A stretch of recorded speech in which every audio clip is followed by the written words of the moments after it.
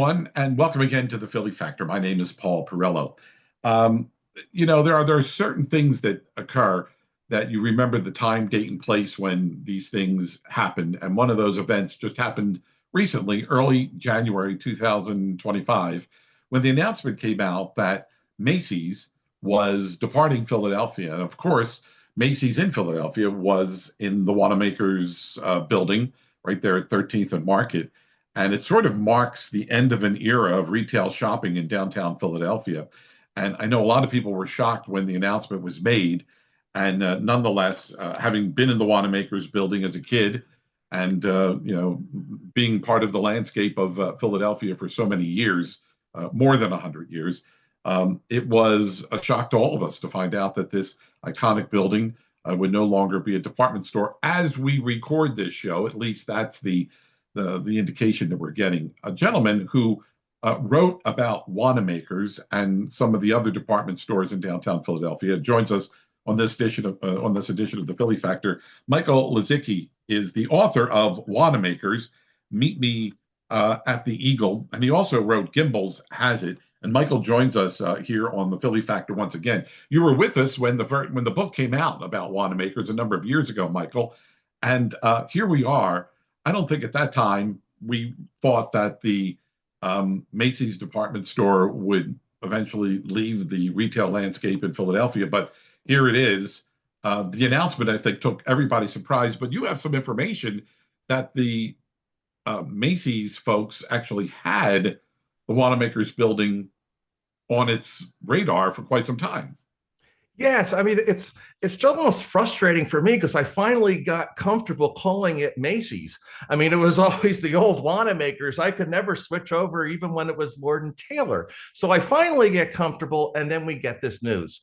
And yeah, and not try to. I mean, I've spent so much time talking and writing and reporting on department stores and the industry and seeing it consolidate like that. And Macy's has been in a very precarious situation for a number of years. The industry's in a precarious situation, but there's been no secret that they've had this plan to eliminate at least up to 150 stores, likely more, and to try to redefine and focus their image. And I've always learned to never discount a rumor, especially in business. I mean, I don't like them. Believe me, but I've never shun it. And back in November, a list did get leaked out, and the list is still there. And it incorporated 150 stores. And they had announced, Macy's said by January that they were, first it was 50, then it went up in the 60s stores that it would start to liquidate after the beginning of the year.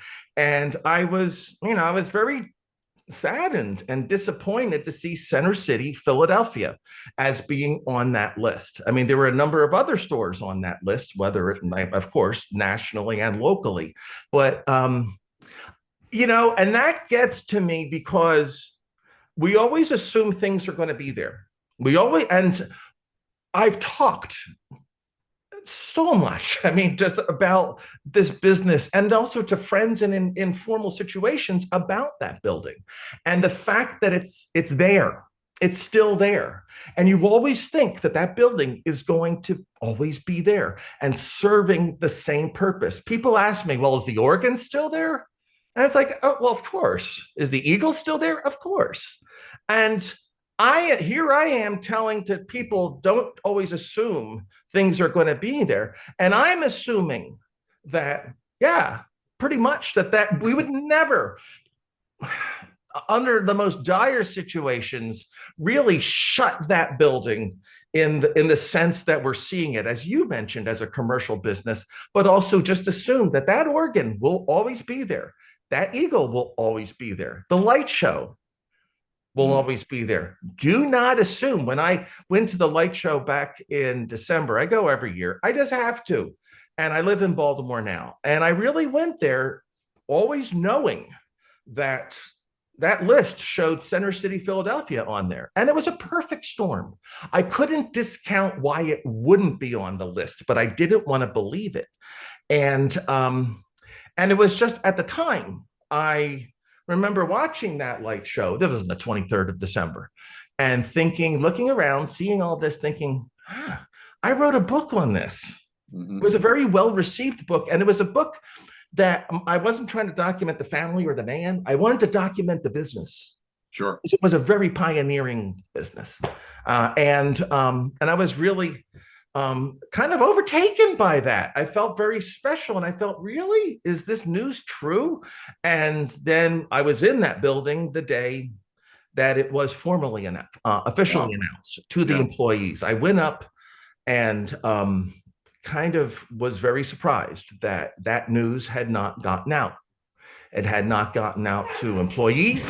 It had not gotten out to even the organ staff. And you don't want to go and start spreading rumors. Right, right. But this was just, we assume these things are always going to be here.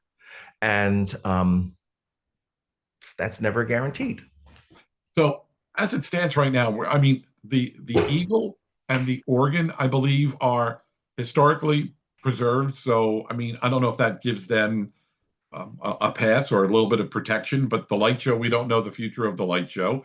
And who's to say? I mean, we've seen historic buildings in Philadelphia that had that preservation status that met the wrecking ball. I mean, there was a building right out on the 42 freeway in New Jersey that harkened back to the Revolutionary War times, and New Jersey Department of Transportation was widening the 42 freeway, and that building went despite its historic preservation designation. But you know, uh, you know, I would hate to see that those things would go. But is the eagle, is the organ part of some type of historic preservation that insists that it has to remain there, or in this day and age, who's to say? The best person the best group that can answer some of those questions, especially, is that Friends of the Wanamaker organ with Ray Biswanger. I mean, that's just such a wonderful. They're caretakers of that historic interior space. Yes, there are historic protections in there. Is everything protected? I have not been told everything is. Is there a scenario where that organ can have to be removed? Yes. There is no guarantee that that organ will remain there. There's no guarantee, I believe, with the eagle. But this is where you have to have cooperation. You have, say what you want about Macy's. And here I am saying, like, I'm finally got comfortable calling it Macy's, and then they're pulling it out. Macy's was very cooperative when I did the book.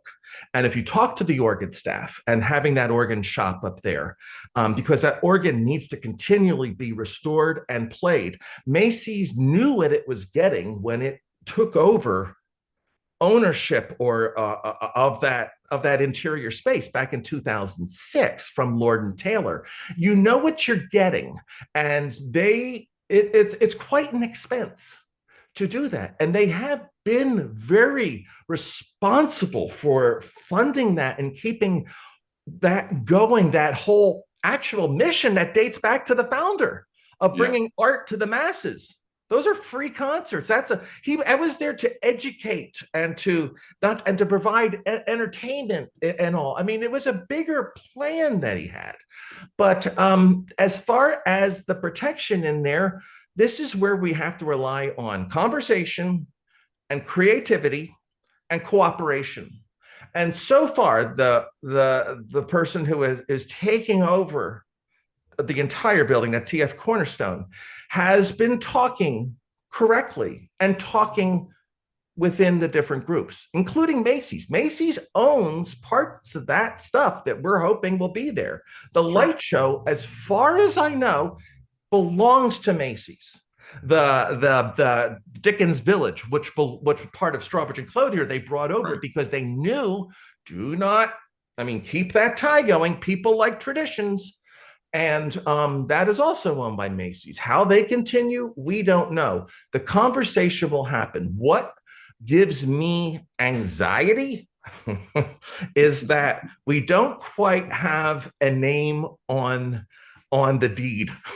as far as having that. I mean, it's still, there's a limbo situation. I mean, there was a Sure. foreclosure, and I need to see a name on a deed for that building before work can continue.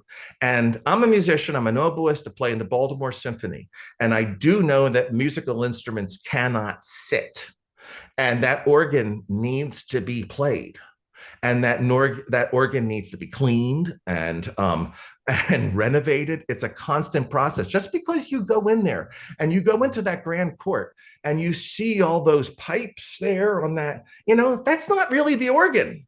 Those Mm. pipes, a lot of those pipes don't even, that's ornamental. Wow. Everything is behind the scenes in boxes and tubes and pedals and stuff. I mean, it's a bigger thing than what we think it is. But how many places, if any, do we walk into and take somebody and see this monument that has continued for over 110 years? And Sure. yeah, it's sure, it's threatened. It's threatened. Let's not deny that. But it Yeah. doesn't it that doesn't have to be the case. I'm sorry if I'm talking too much, but I got to bring up, because you mentioned Lip Brothers. Yeah. And you can't say you're a longtime Philadelphian without Lip Brothers, knowing Lip Brothers.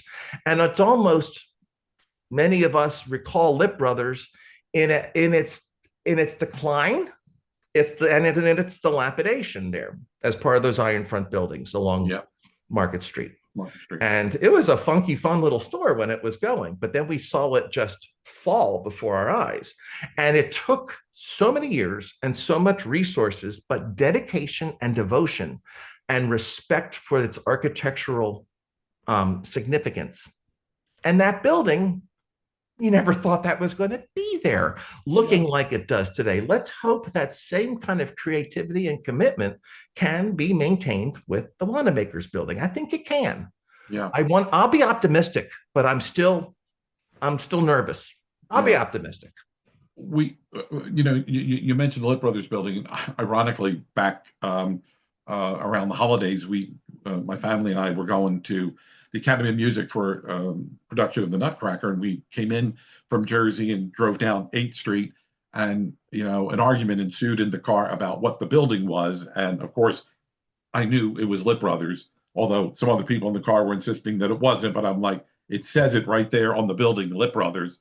I was amazed that nobody else in the car except my wife knew that it was Lit Brothers, but the building remains. And then right across the street is Strawbridge's, and the building remains.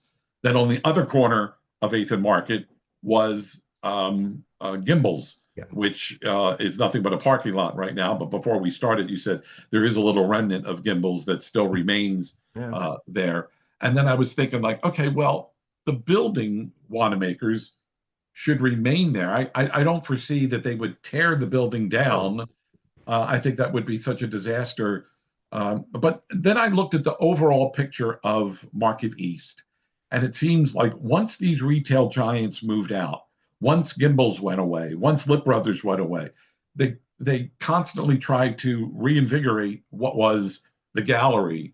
And then it became the fashion district, and then it was going to become a sports arena, and that fell through. It's like the whole landscape of Market East will be forever changed once Macy's vacates the Wanamaker's building.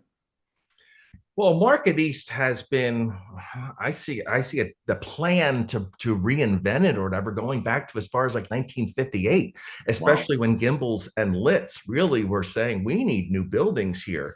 And there was a lot of dilapidation. The one store we haven't brought up was Snellenberg's, which is another one that was just kind of a block or so away from Wanamaker's. And when I pulled out of Philadelphia the last time when I was in the Macy's and they had that announcement, I'm listening to KYW as I usually do when I'm driving around Philadelphia, and I hear you guys, yeah, you're definitely getting your arena. And now the arena, by the time I got back to Baltimore, I felt like the arena was over, and you're just hold on, you're going to get word that Macy's is going. I think it's just the people, this is the problem. Not really a problem, but the reality. You had the person that was really kind of spearheading so much of this were the people that were inside running Strawbridge and Clothier. They were the ones, I mean, how you didn't have a lot of family run stores left by the time the family left that business back in Sure. 1996. You had them outside sweeping and just cheerleading and whatever. I mean, at that point, Wanamakers, I guess we'll call it Wanamakers. I got to keep my timeline. And you had that stretch. You were okay between 8th and Market up to City Hall, and you got the gallery, and people were still. It was serving a decent purpose, but you had that family commitment. Now you don't. There is no the plan for Market East never went through for whatever reason. I mean, it was always contested. Look, we've had a Gimbel's parking lot since 1977. That's one of the things that makes me nervous. Of course, Wanamakers will never be taken down. The interior, there will always be a grand court, and it won't be a department store. That's not going to happen. But I don't want the ills of the vision of Market East to be played out within the Wanamaker building, because it's going to take a lot of creativity. You can't just put residences in there. COVID really did a number on it. And it did a number on Philadelphia. It happened at street traffic, it's not there. There's been the security guard's death a year ago in there. It's horrific. And that certainly doesn't that's so hard on a business, on a family, on a person, on the city, to see that vulnerability and pain and crime. And it's not the first time security has had issues in there. We need an owner of the building. Macy's is trying to fend off takeover type attempts. You have the occupancy in that building dropped from like the 90% down to like 25%. Yeah. And so it was the perfect storm for Macy's to do it. And you know what? You guys, Philadelphia is now was one of the handful of cities, really a handful in this country that's still where you could still go to that, what we thought of as that all-purpose store. Of course, it's no longer all-purpose, but just a handful have places in their city. So it's kind of like Philadelphia, which was just such a core of commerce and the way this business and the social aspect, the commercial aspect, the roles these families played. It's very sad to see the last remnant of that go. And you'll say, well, why should we fund a project, a renovation? If we get back to the core of that business and the gentleman that started it, and kind of bringing art to the masses, I believe we need to keep that in public access. I think there's still ways where we can be creative to have that organ played, to have a safe environment in there where we wouldn't have to worry less about incidences happening, and have some type of commerce, entertainment, and combine that all and keep that vision going. I still think that's possible. I would hope that a pop-up type of thing will keep that interior space open, at least as we get into the fall, with some creativity, keeping that organ played, and keeping that space open. And it's going to take talking. We got to keep talking. I'm glad it's still out there. I'm glad I'm talking to you about this. Sure. I'll be real. You mentioned that 42 freeway in South Jersey. I grew up in South Jersey. Yep. I'm going to cry when they stop doing the construction on that intersection with 295. That's part of my youth, and I'm 60 years old. I don't know how I'll deal with there's no construction there. I'm used to it. That big flashing arrow was there when I was in elementary school. So that's it. And it also comes to a bigger question too, is how traditions play in our lives. Yeah. Is it important to have that organ there? Is it important for Christmas traditions to continue? Hmm. Is it important for other identifiable traditions? I see a little loss of that, but that's a bigger question we need to have.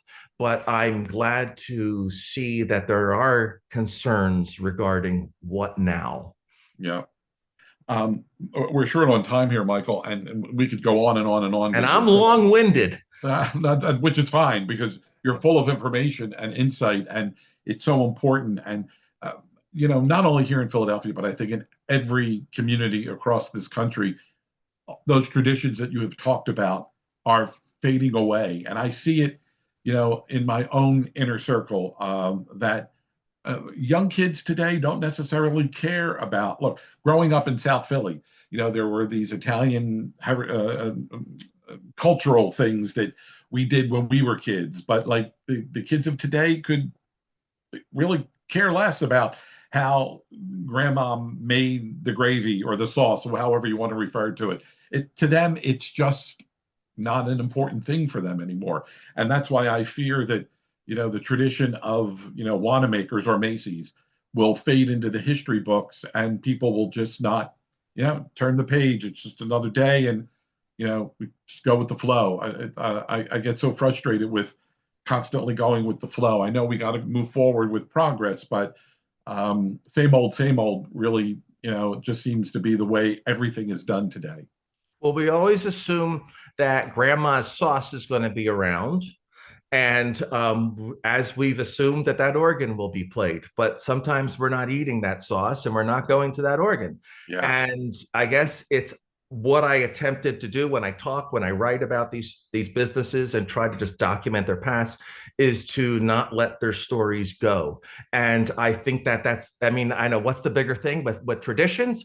Talk to your family members, get their history down, do recorded history just in the immediate. If we learn our own personal history, then we'll be more safe and comfortable with learning more about our city's history.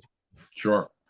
In the 5 minutes that we have left, Michael, is there anything, that you're going to be watching for over the next few weeks? As I said, as we're sitting here at the end of January 2025, we really don't know what even tomorrow is going to bring with the Wanamakers building. We know Macy's is going out. We know they're having their going out of business sale, but are there things that we should be looking forward to in the next few weeks and months to see what's going to happen there?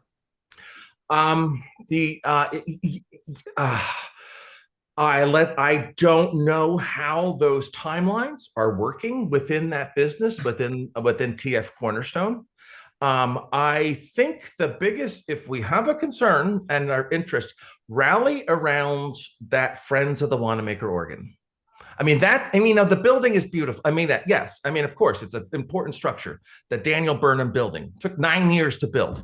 And I think the most important part is making sure that Grand Court remains a public space serving that purpose. And the people, I think, if they ask for support, they should. I think it's important to rally behind them, just as a nonprofit as they are. They would have more information. If they need help convincing, then I think we should rally around them, and they need to rally around the community to keep everybody informed. And we don't need to rehash Market East in that building. Mhm. We have potential. And I think it would be important. I think if Philadelphians really want to rally around that it's not a store. It's an institution. It's almost a museum. I used to think of it as a mausoleum when I was a kid. I really was more comfortable in Strawbridge's. So was my mom. But it's still, how proud are we when we bring people in there and show them something like that? No one else has that in the world. So when we need to rally, let's rally your local councilman. Just kind of send letters if there are. Stay in touch with the news. Friend, what is it? WanamakerOrgan.com. Go ahead. Just keep in touch there. They need to keep in touch too. And we just make sure that everything's moving forward. If that organ just is unable to be played, then that's going to be indicative of the process of how that building will be reborn. Mm. So let's start with the Grand Court. keeping that public, keeping that the intention alive, and have it spread throughout that 1.2 million square foot beautiful granite building. Michael, I want to thank you for your time. And I want to mention that your books are available online. Again, the one book about Wanamakers, it's Wanamakers, Meet Me at the Eagle. And if you're a true Philadelphian, whether you're a transplant here or you've lived here your entire life or moved away and then came back, you know that was a meeting space. Everybody always met at the Eagle. And so Wanamaker's Meet Me at the Eagle, and Gimbel's has it, two of Michael's books that are available online. And Michael, I want to thank you for your time. You are a great resource, wonderful information, and hopefully this turns out for the best for all of us. And we thank you for your time. Thank you, Paul. Thank you for keeping this conversation going. Sure. Until the next time, ladies and gentlemen, thanks so much for being with us here on the Philly Factor. We'll catch you the next time around.